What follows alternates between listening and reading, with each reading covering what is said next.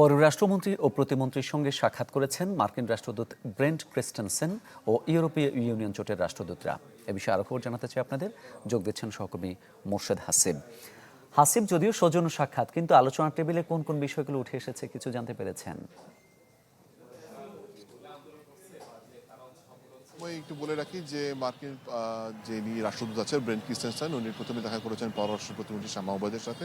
সেটি ছিল আধা ঘন্টার সময়ের মধ্যে। এরপর উনি দেখা করেছেন পররাষ্ট্রমন্ত্রী ডক্টর খলিলুর রহমানের সাথে।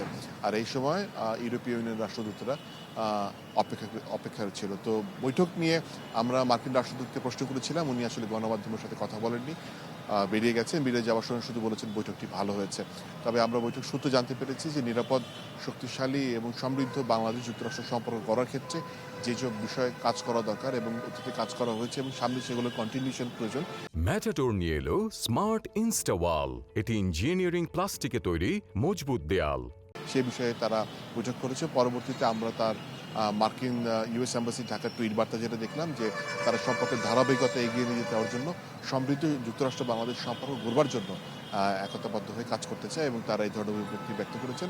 সেখানে ডেফিনেটলি রোহিঙ্গা ইস্যুতে উঠে এসেছে, কারণ মার্কিনীদের তরফ থেকে এটিকে অন্যতম গুরুত্ব দেওয়া হয়ে থাকে। আপনি জানেন, যেমনটি আমি 12টা নিউজে বলেছিলাম যে মার্কিন বর্তমান প্রশাসনের জন্য অভিবাসন একটা বড় ইস্যু। অভিবাসন নিয়ে আলোচনা হয়েছে। আপনি জানেন যে অতীতের যেটা দেখি না আমরা, সেটা হচ্ছে অবৈধ বাংলাদেশিদেরকে প্লেনে তুলে ফেরত পাঠানোর যে বিষয়টি, সেটি কিন্তু আমরা ইদানিং দেখতে পাচ্ছি এবং অন্যান্য দেশের ক্ষেত্রেও সেটা হয়ে থাকে।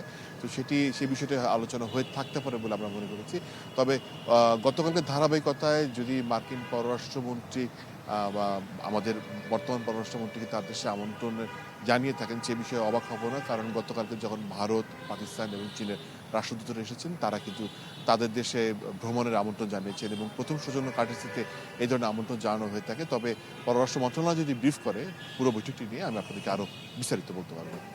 ধন্যবাদ আপনাকে।